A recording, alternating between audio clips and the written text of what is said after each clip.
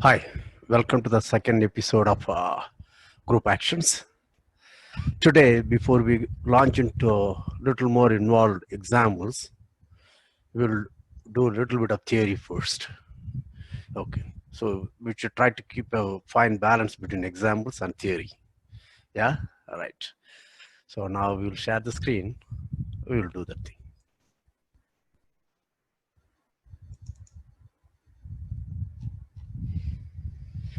Yes. So let us recall quickly a group action.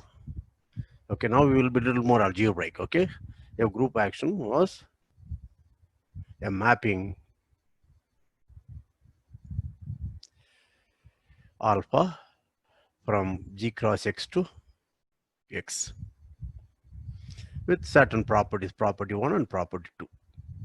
Okay, E dot X, which alpha AX we will always denote by A dot X, or even later AX. This must be X for all X, and then B dot A dot X must be equal to BA dot X.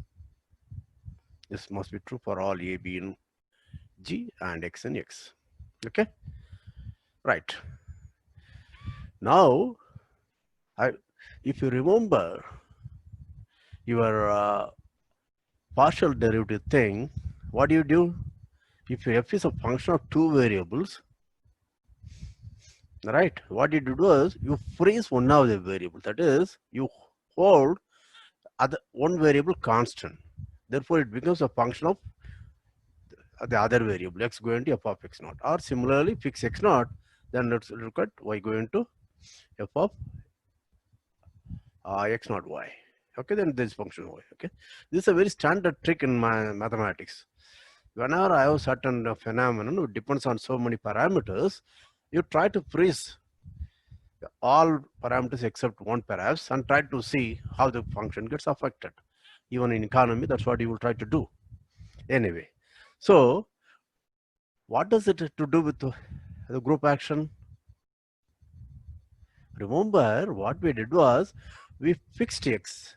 If you want to call it x naught in x, then this function will from gx to x, okay, we consider only a going to a dot x naught, which is alpha a x naught. Do you understand this? This is what we call the orbit of x naught. So this is nothing other than g dot x naught, where g is in g. Yeah. So when I wanted to get orbit, what did I do? I freeze the second variable x. Okay, fix a point x naught in the space x or in the set x, and then look at it, the image. That's what we call orbit. Now, can you guess what we plan to do next? Yes. Now we will freeze the first variable and look at it as a function of the second variable. What does that mean? That is fix now a in g.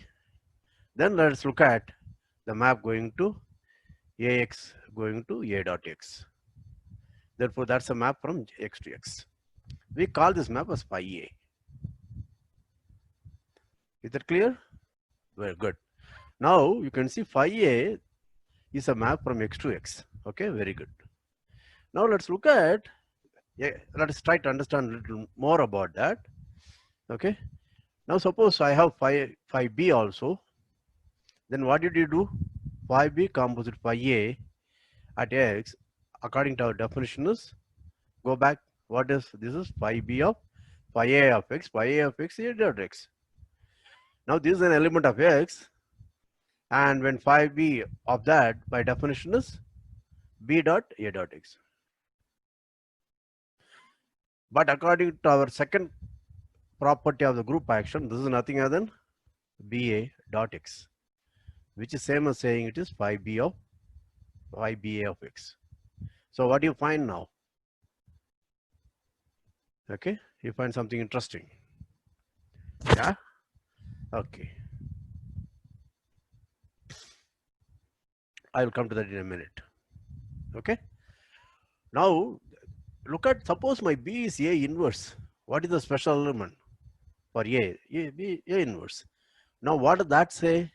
Therefore, phi A inverse composed phi A of x equal to phi A inverse A, which is phi identity of x. What is phi identity? E dot x. That is x. So what have you found? You have found that phi A inverse composite phi A is the identity mapping of x. And similarly, phi A composite phi A inverse will also be identity of x. Right? So what does this say? This says that for each A, okay, in G, the map phi A is a bijection of x. Right? So go back, pause, review, and proceed. So notice that you don't have to remember anything. In the group action, there are two variables. The first variable comes from G, second variable comes from the set X. In the first thing, when I wanted to get orbit, I froze the second variable x naught. Then we found out the orbit of x naught. And in the second one, we are fixing the first variable, group element A, and then we found it's a mapping of x to x. What we found was that mapping is a bijection of x. So PRP,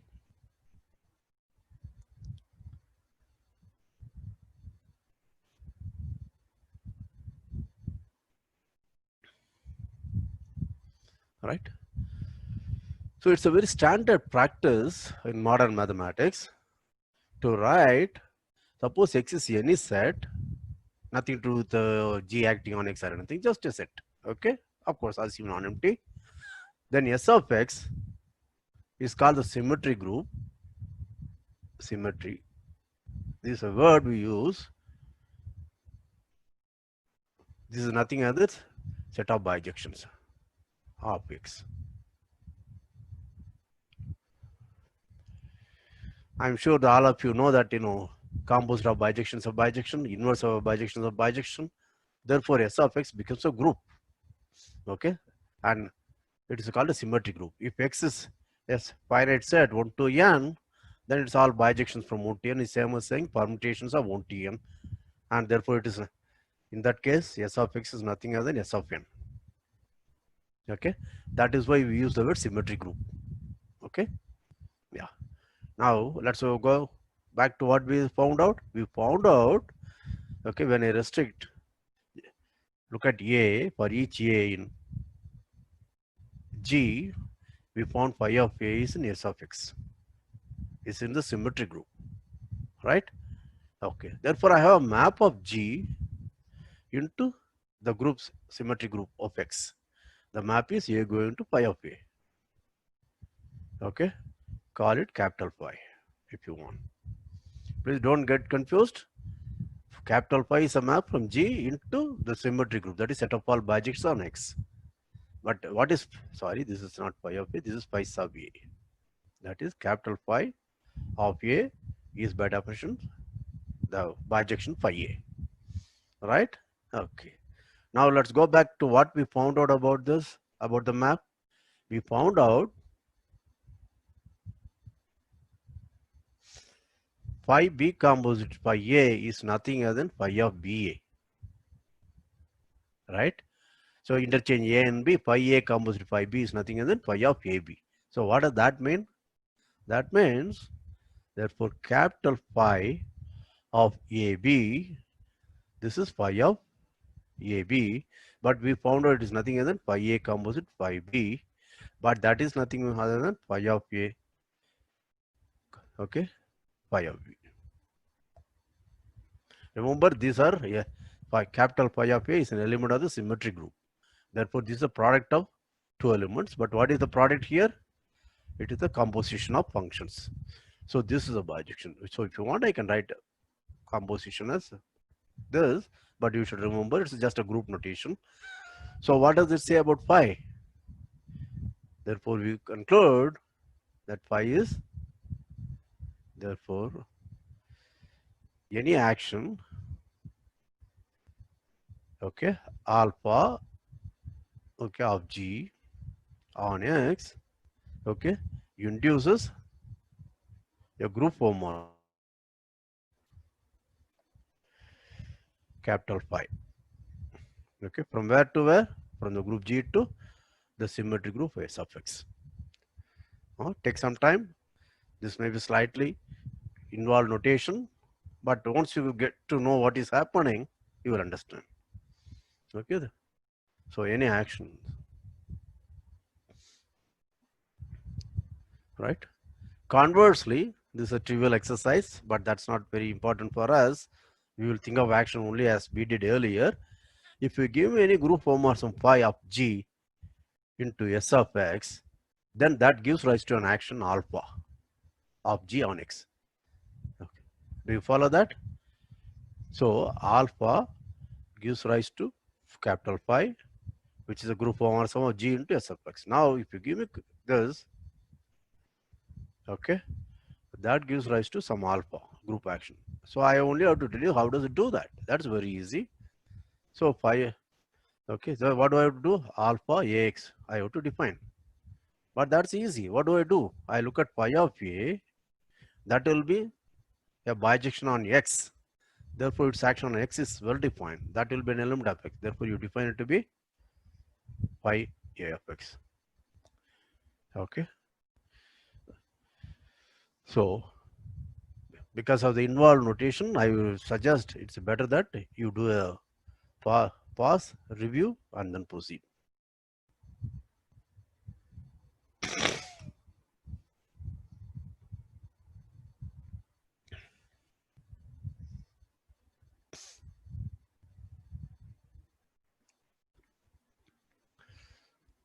Okay.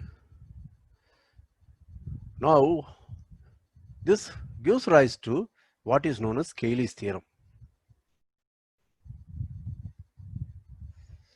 To make it simple, okay, let us, okay.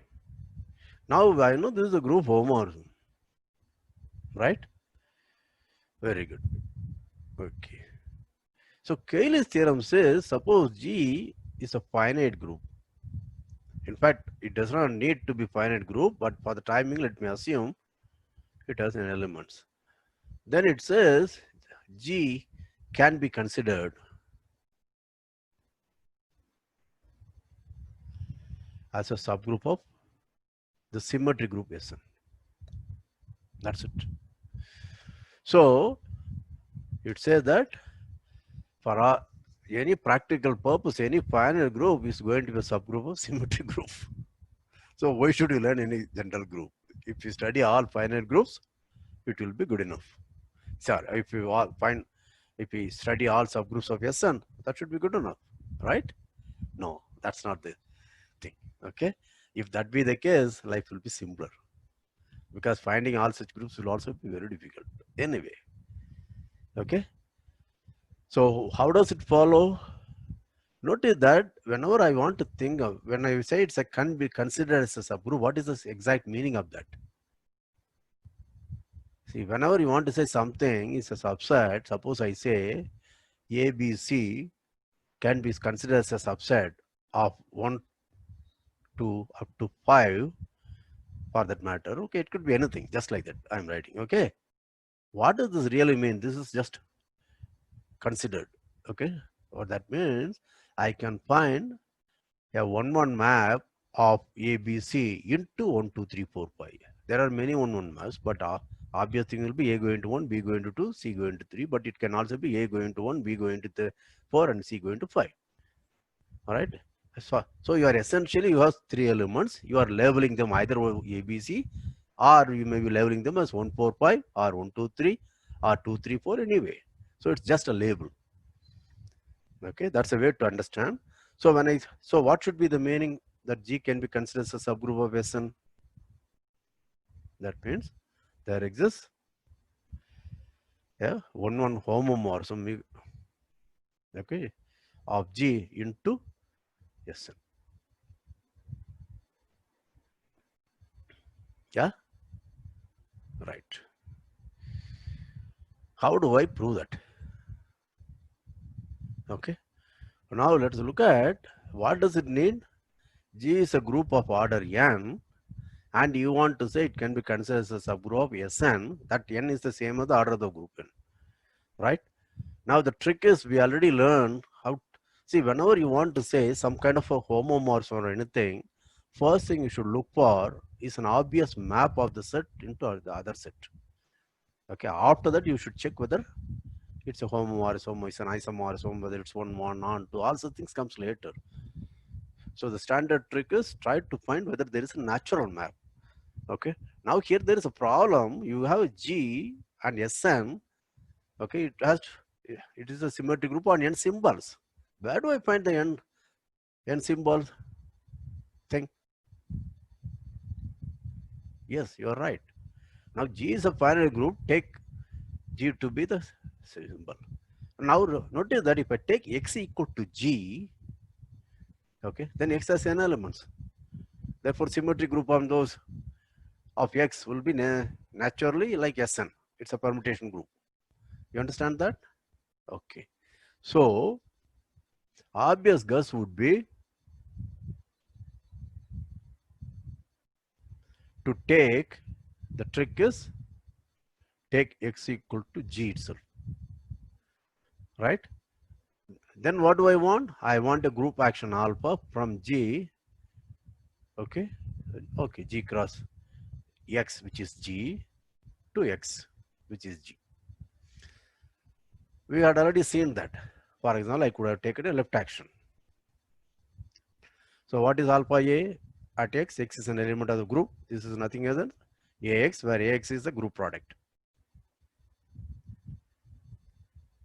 Right? We have seen this is a left action. All right. So what we have seen is, let's look at. So let us call this left action usually what denotes by either lambda A or LA, lambda for L, L for left, or little LA. So the map, my phi A, what I call phi A is, now I am going to call as LA. What is phi A of x?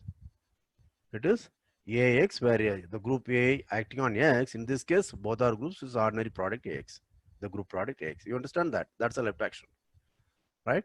And what you have seen? We have seen that the capital phi, the map from G to the group S of G, which is S of x, okay, given by A going to L of A, is a homomorphism. And this is like Sn, isomorphic to Sn. Okay. Now A going to LA is a homomorphism. That we had already seen. This is already seen. So there is nothing more for us to do. This is done. Okay. So what we need to prove? We need to prove the map is 1, 1. Is that correct? Okay. What does it mean to say it's 1, 1? If phi of A equal to phi of B, does it imply A equal to B? What is phi of A? It is LA. What is phi of B? It's LB. Does it imply A equal to B? So when are these? No, notice that phi of A, L of A are maps of x to x. When are two maps are equal? If and only if for each x in the domain of LA of x must be equal to LB of x. Right? Okay. What does this mean? This happens if and only if Ax equal to Bx for all x. Right? Now what do you want to prove? I want to prove A equal to B. Can you think of some element?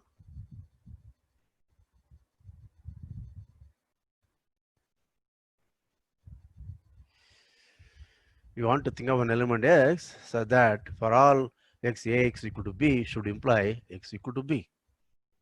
Yes, obvious. Right? This, remember, where is x? X is in x, but remember x is nothing other than G. Now, therefore, there is a special element in the group, namely identity.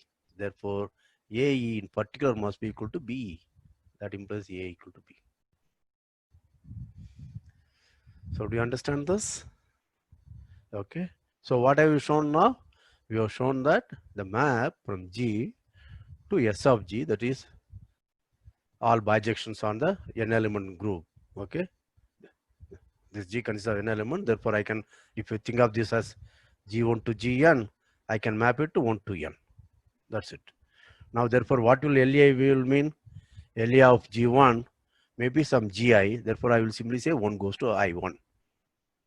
And LA of G2 will go to Gi2, which will be some element. Therefore, I will call say O equal to I2. The n goes to In. You understand that? It has to be again one of this element. That is how we identify S of G with S of N. So what you have shown is the map A going to L of A is a 1-1 homomorphism. Okay, of G into S of G, which is Sn. Yeah. Hence, I can consider G as a subgroup of S of G, which again is S of N. So that's the Cayley's theorem. Okay. Take some time. Okay, pause the video, review it. If you have friends, please discuss with them.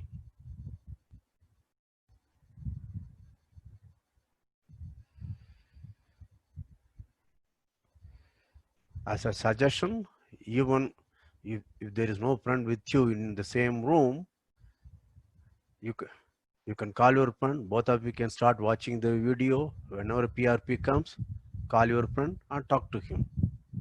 Okay, discuss. Okay, it can be done. Okay, right. Right. Now we want to strike a slightly different note. See, let us look at the orbit. Okay, of some element x. So a group G acts on a set x, and I'm fixing an x. I'm looking at the orbit. That's a set of all G dot x as G varies over G. Very good. All right. Now there is an obvious question you can ask. Okay, if A is not equal to B, can it happen X is not equal to B, Bx? In terms of our picture, what did it mean? So I have A, this is my A, and I have a B, this is my B, and I have an X.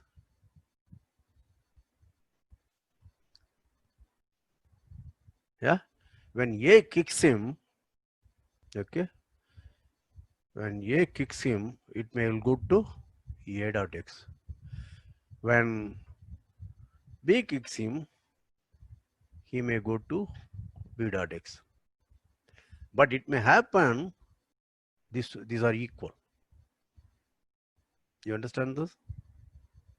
This may happen, they are equal.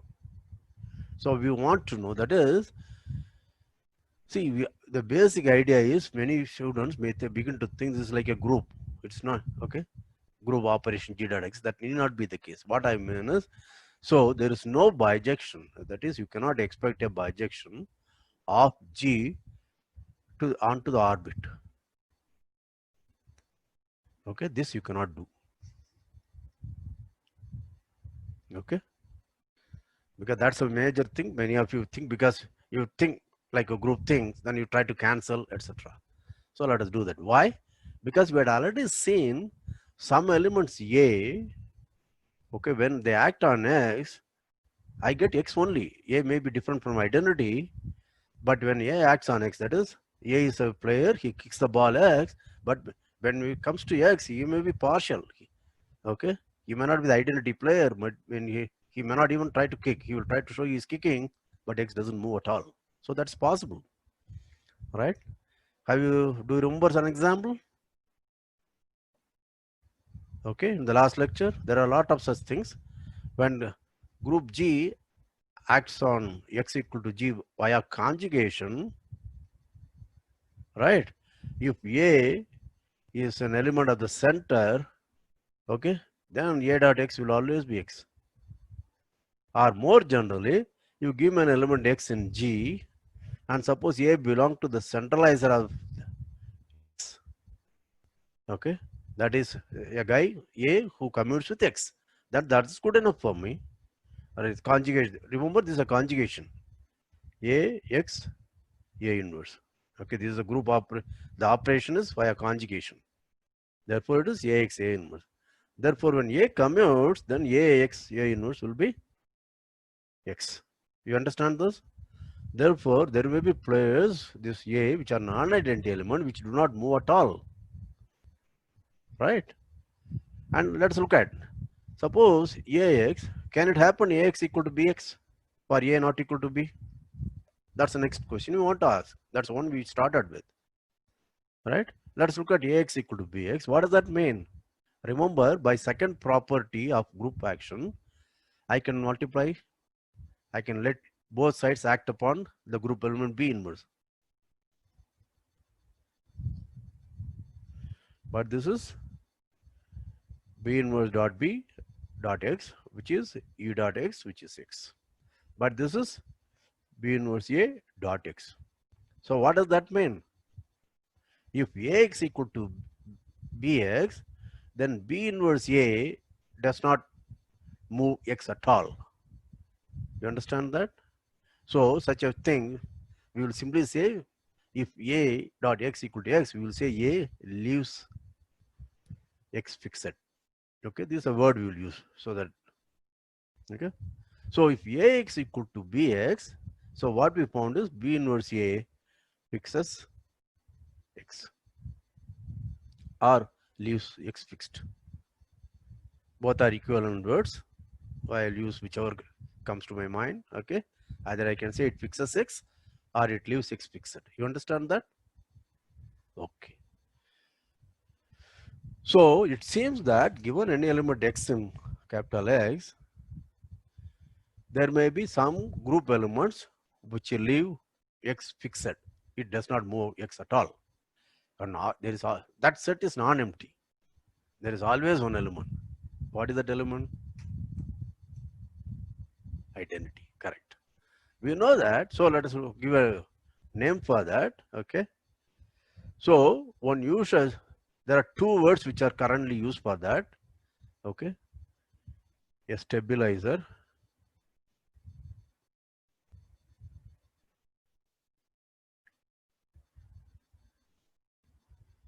of X or isotropy at X. So stabilizer of X is what you most often people use.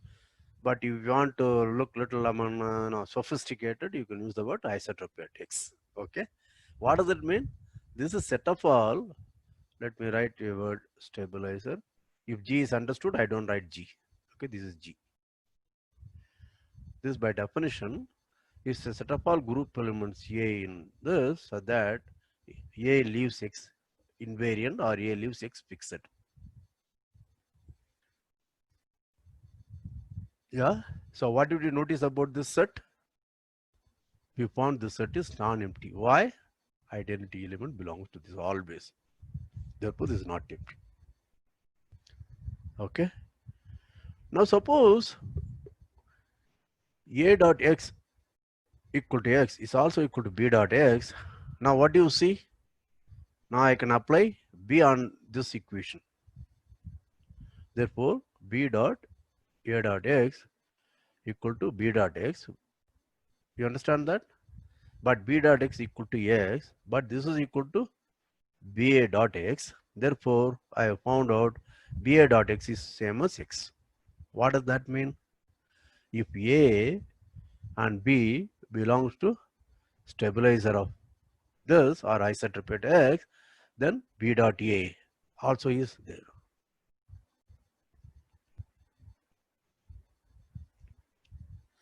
You can interchange A and B. If you want, you can also say A, B is there, right?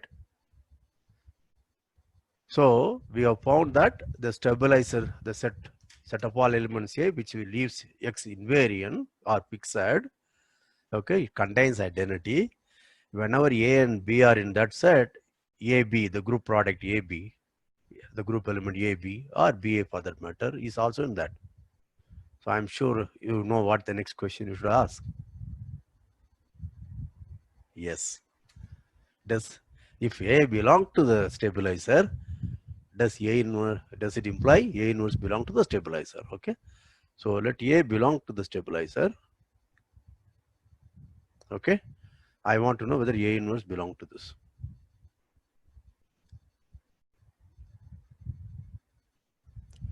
Right? But that's very easy. A belongs to stabilizer of X. What does it mean? X equal to X.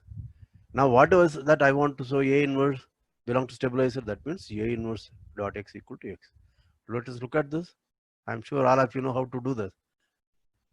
Okay. This is given. Now let the group element A inverse operate on both sides. Then what do I get? A inverse A dot X, that is A inverse A dot X using second property, that is E dot X.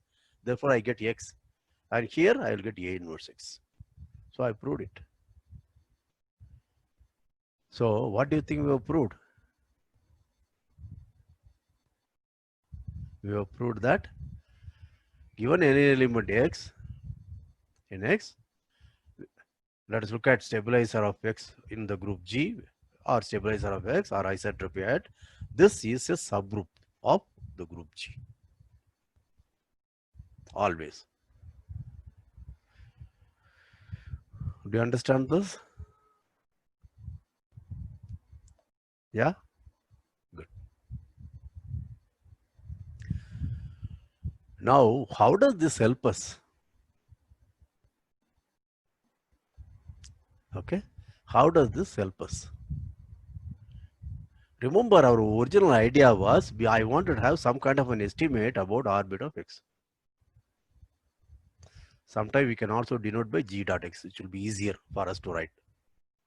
Okay, because this is mnemonic, G is in G, right? Okay. Now we wanted to have some kind of an understanding of the number of elements in G dot X, and we found out A and B may be distinct element. A dot X may be equal to B dot X. It may happen, right? Then we found out it happens if only if B inverse A or A inverse B must be in the stabilizer subgroup. You understand? So what we found, it's easy. If you think, you should be able to give me the answer. So what did we find? We wanted to find this. What we found is it may happen for A not equal to B in G, A dot equal to Bx. But we found out this happens if and only if A inverse B or B inverse A dot X equal to X. This is same as saying A inverse B belong to the stabilizer of X. Right? Remember, this is a subgroup. Call it H. This is a subgroup of G. Yeah. The moment you see A inverse B belong to H, I'm sure your memory should throw up something at you. What is that? It is something to do with the cosets. Do you remember that? The coset, if H is a subgroup of G, the coset AH equal to the coset BH if only if, okay, A inverse B belong to H. That's because I can write AH1 equal to BH2, therefore multiply the H1 equal to A inverse B into H2. Yeah. And this is the same as H1 H2 inverse equal to A inverse B. But H1 H2 are all elements of H, therefore this is an element of H, therefore A inverse belong to this. Okay. I'm just quickly going through that. See, whenever some small things come, don't assume that we know that. No. Okay. To gain confidence, to show that you have mastered, you should go through the proof in your mind very quickly, as I just now did. Okay, anyway. So this tells me something very interesting. So there should be something to do with the coset. Okay. Now do you understand what I want to say? Right. So what I want to say, therefore, is the following. In other words, A x equal to Bx, if and only if A inverse B belong to stabilizer of X. For the time being, let me call H so that I do not say that is if and only if the cosets of AH and cosets are equal. Good. What's the next step? So I have a group for X, and this is an element X, and my group is going to act. Okay. This will be A dot X, B dot X, and so on. Lot of element. That's what we call an OR bit. We found out if A and B may be distinct, but if the cosets of AH and BH are the same, then when A kicks X or B kicks X, it doesn't matter. They are the same. Okay, the new position will be the same. So that says something interesting. What does it say? There should be something to do with number of elements in the orbit and the number of cosets of the stabilizer group. Okay, so this suggests there should be a connection, okay, between elements in the orbit and the cosets of the stabilizer group.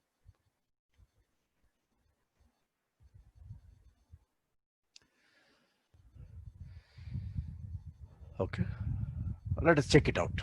What do I mean by that? What do I mean by that? Let us look at G dot X, okay, and let me set up the notation. X is an element in this, and the stabilizer of X, okay, I'll call it the subgroup H. Then G mod H stands for set of cosets, set of left cosets.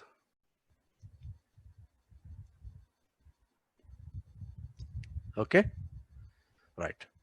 Now what I want to say is that there exists a one-to-one, a bijection between the number of elements in the orbit, that is the orbit, and the set of cosets. So this is the theorem we want to prove.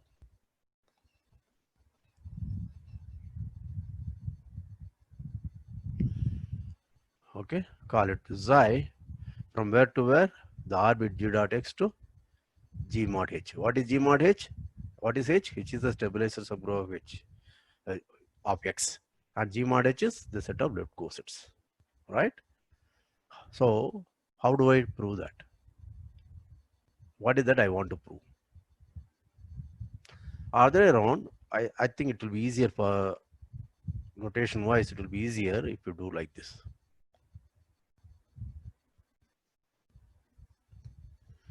Okay. So what does that mean? I want to say there is a bijection from the left cosets G mod H to the orbits of GH. So think carefully, it's very easy. So what do we have? I have to tell you what is IAH. Where AH is an element of the left coset, I have to tell you what. Where should it be? It should be, this is my X, this is my orbit, this is my X, and this will be my orbit. Okay, some element in the orbit. This is the orbit of X. So I have to give you this element. Okay, went to this element. Yeah, this, okay, what should it be? Obvious guess will be to define it to be AX. What is AX? X is an element of here, and A is a group element. Therefore, this is AX or A dot X. A acts on X. That's it. Now, all of you had gone through group theory, so you know what is the next question I have to ask. See, my AH may also be equal to BH, right? Okay. That is, B also represents the coset. Then you might have defined psi of BH equal to B dot X. You understand that? But AH equal to BX, since psi is a function, this should be well defined. That means I have to check whether these are equal. Pay attention. Yeah, you are given AH equal to BH. A and maybe distinct representatives for the coset. But psi of AH was defined by A dot X, therefore psi of BH will be B dot X. Since psi is a function, this must happen. Okay, but what I have is A dot X and B dot X. Therefore, I have to check, okay, A dot X equal to B dot X. But that's exactly what we did. Yes. Okay, just to be sure that you understand, let me give you a direct proof. Since AH equal to BH, notice that my B must belong to AH. That means my B must be some A into H, where H is in H, right? Therefore, B dot X is same as A dot H dot X. But this is A dot H dot X. Now, where is H? H is in the stabilizer. So, what does it do to X? It leaves it in fixed. Therefore, this is the same as A dot X. So, I proved it. Yeah. So, what I have proved? I have proved psi is well defined. This is the word we always use whenever we chose a representative to define a function. Is it okay? Good. So we have shown that xi is well defined. Next, what you have to check? I said xi is a bijection. So I have to check xi is 1, 1 and xi is onto. Xi onto is very easy. Why? What does it mean to xi onto? You are going to give me an element of the orbit, any element of the orbit has the form some g dot x, right? Then I have to find something which will be g dot x. What something? Naturally, I will define gh. Let us look at the coset defined by g. Then psi of gh by definition is z dot x. Therefore, this onto is very clear. So you have to check psi is 1, 1. Okay. What does it mean to say psi is 1, 1? Suppose I have psi of ah equal to psi of bh. I have to check whether it implies ah equal to bh.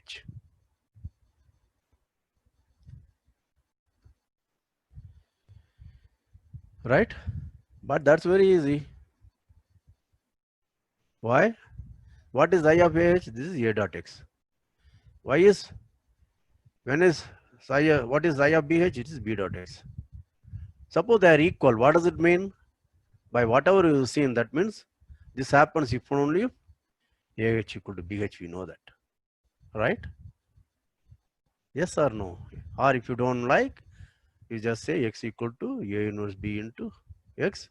Therefore, this implies a inverse b belong to h because it leaves x fixed. That means the coset ah equal to bh, right? I'm just repeating the proof because it's always good to go through small proofs again and again so that you are very comfortable and confident. Okay, so let us go back. What is the theorem? What was our original aim? I wanted to get some information about the orbit of x. Since just because it looks like g dot x, many students will believe it will have as many elements as the number of elements in g, because they think they can cancel ax equal to bx, cancel a and b, and you will get something. Okay, that's not the way. Sorry, cancel x and then you will get a equal to b, but you can't cancel x, right? X is in an element of the set. Okay, so what we found out was, okay, many elements of g may have the same effect on x. When does it happen? That's what we found out. Okay, it happens when they define the same coset with respect to the stabilizer. We define the stabilizer and we showed that. Is that all right? Okay, please pause, review, and proceed.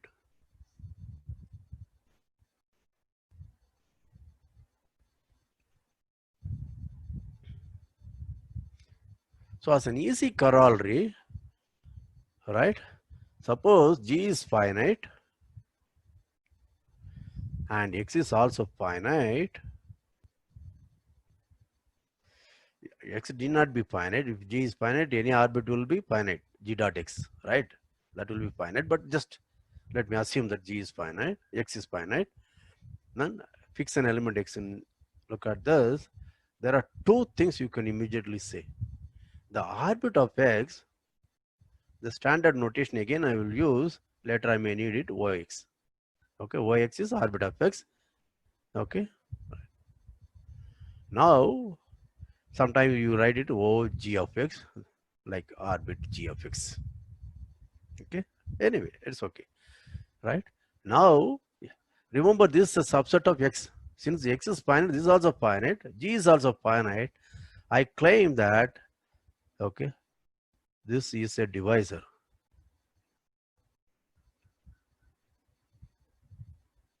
of G. How many of you can see that? Go back. What did the theorem say? There is a bijection between these two things, right? Now, if G is finite, G mod H will also be finite. The number of courses will be finite. That is same as the index, right? So let us see. Let the stabilizer will be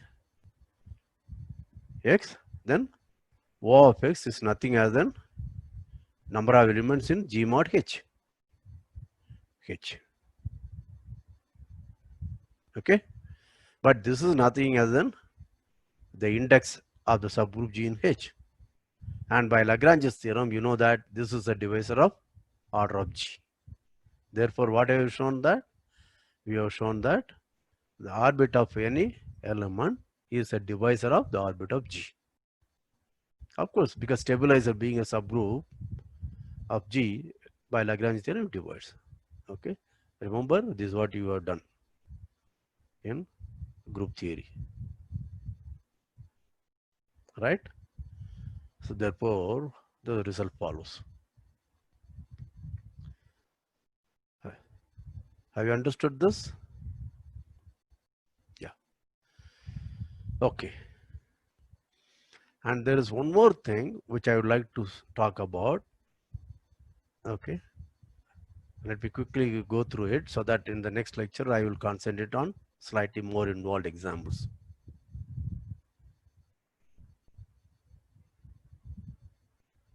Okay.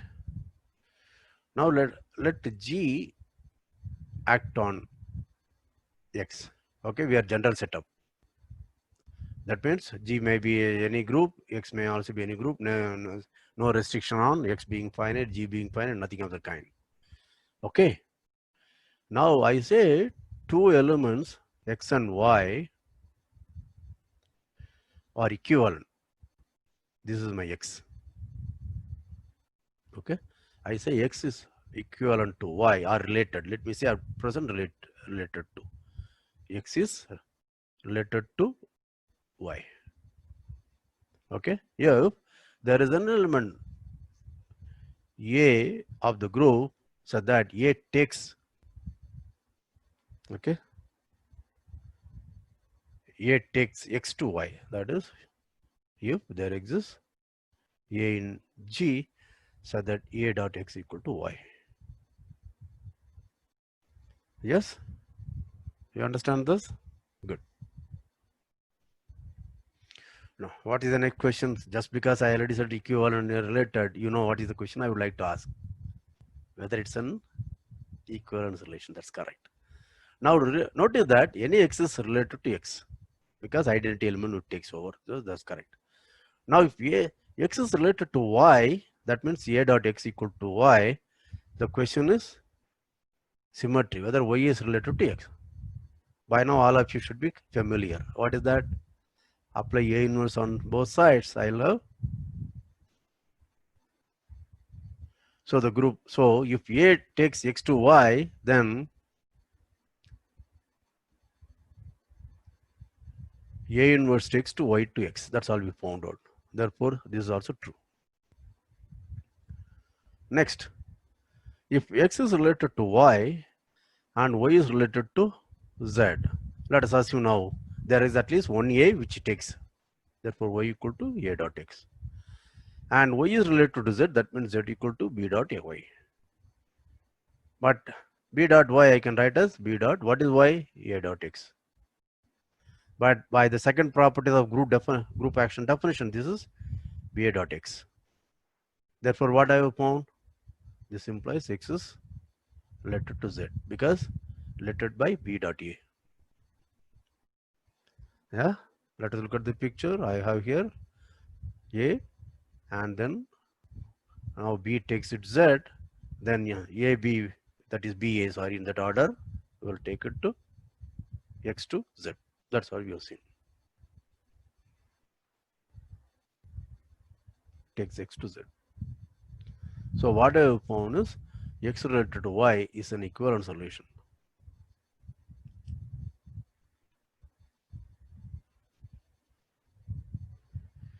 Right? And once you have an equivalence relation, the obvious next step will be, what are the equivalence classes? This is the obvious question. I'm sure you know the answer. Can somebody tell me when is y related to x? There exists an a which says that it is y is alpha a dot x. Yeah, that means my y must be in the orbit, and anything in the orbit is of that form. Therefore, what is the guess? This is nothing as an orbit of x. Okay, convince yourself. Okay, take some time and make sure you understand this. Therefore, the equivalent class of orbits. Now, I will close the lecture by going to what we observed in the first lecture. What did we observe? In the geometry examples, we found out, okay, the orbits are like parallel objects. What does that mean? Like, if we give it two orbits, either they are identical or they are disjoint. The moment they have one point in common, they are the same. Now, do you know why it happened? Because orbits are nothing as an equivalence classes with respect to our relation. What is the relation? Again, think geometrically. I say x is related to y if there exists a group element which it takes x to y. That's it. Okay. Please go through, pause, review, and proceed. We will, in the third lecture, we will be back to some more examples and we'll look at all these kinds of stuff again. Okay. In some of the example, we will also try to look at what are the stabilizers and what are the orbits. Okay. In the earlier examples and also in the forthcoming examples of the third. Okay. I hope you enjoyed. Go back and go through this. As I said, we will give a few more, little more involved example which you need a little bit of linear algebra, but that will be a good time for you to learn it linear algebra in depth also. Okay, whenever you use something, you understand the concepts much better. So we will do that. Okay. Okay. Have a good day.